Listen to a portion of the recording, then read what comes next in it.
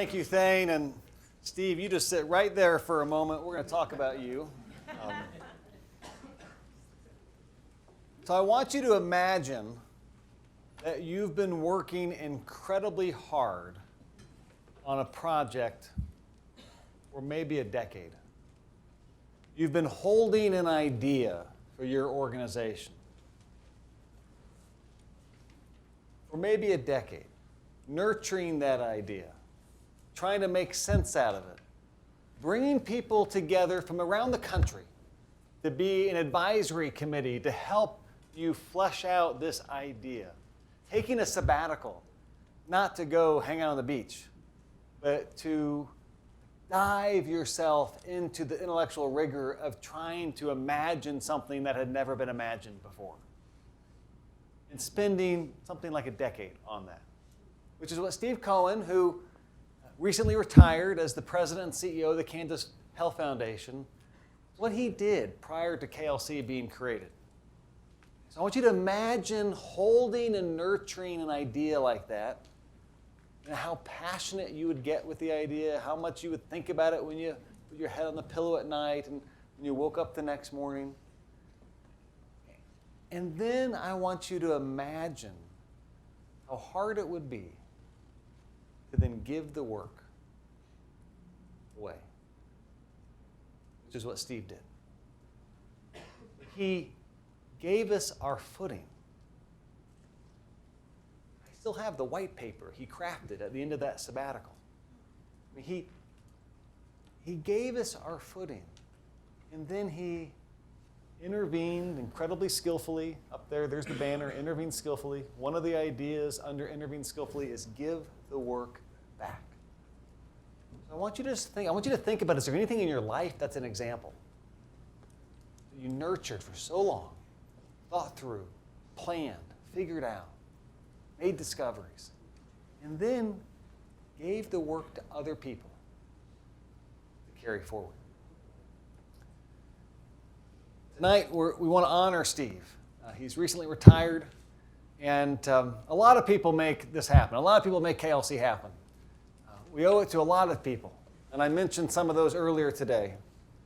This is a special moment to thank our friend who did what research shows. Tim, one of the findings that we talked about upstairs today, right? Research shows that if you want game-changing things to happen, if you want things in your organization to happen so people are exercising leadership consistent with those ideas to make progress on what matters, you need people in authority. And by the way, when you're a nonprofit and you've got a funder like the Health Foundation, like that's the equivalent of people in authority, right? Okay? That you need people in authority who make it safe to experiment, who make it safe to try things. So we've celebrated a lot of things tonight. What we could have done, and maybe we'll do this next year, because we got to come up with something new to do next year, Sam, right? So next year, we could have tonight talked about all of the experiments we tried over the last almost 13 years that failed miserably. And there were a bunch of them. So I want you to imagine nurturing something for 10 years, handing it away, and then being okay as they experiment and they try things. Some of those experiments went really bad. Okay? It really did.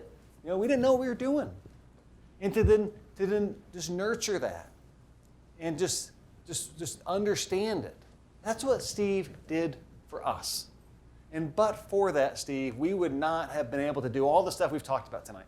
And this journey that we're on, that map that you saw, and by the way, the Kansas map, those are only the current Leadership Transformation Grant partners, the current custom fit partners. Right? I mean, if we would have done a map of the last 13 years, you wouldn't have seen the outline of Kansas. It just would have all been a big light. Okay? So none of this happens without your encouragement and your support. So what we have for Steve, we thought, does he need a plaque? Does he need, and we thought no. So I hope that's okay. So we created a very special book. And it's a book that contains, Steve, a whole lot of documents that are of historical significance to KLC. It also contains a whole lot of personal messages from people in the KLC family to you. And we wanted to do this rather than a plaque that you could put on, Monica would let you, your wall at home. Rather than that, we thought, let's create something that someday your kids and your grandkids and your great-grandkids will be hanging out at the house and they'll be looking through this and they'll start to realize, wow, Grandpa was a part of something amazing. So we hope this book does that. So as Steve works his way up here for the, Jeff, we got to do the photograph and me handing him the book thing. Could you help me thank my friend, our friend, Steve Coen? Let me see a picture real quick. Hold on. Hold on.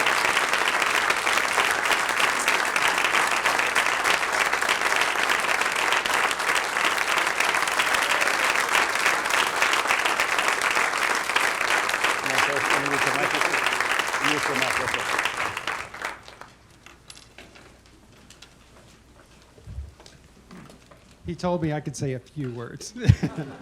But, Ed, I just want to say tonight has been so heartwarming to me. I mean, I had no idea.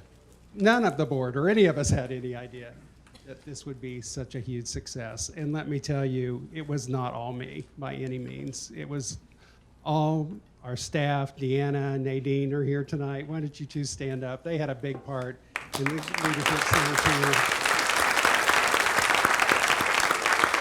Our board members, Ron Holt was our board chair at the time. I mean,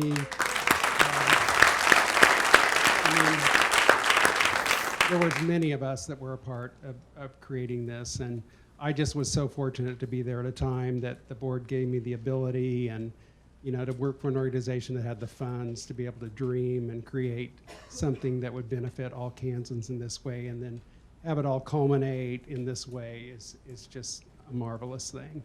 And truly, the big tent this has all become is simply an amazing thing. We had no idea it would ever be this big and so successful.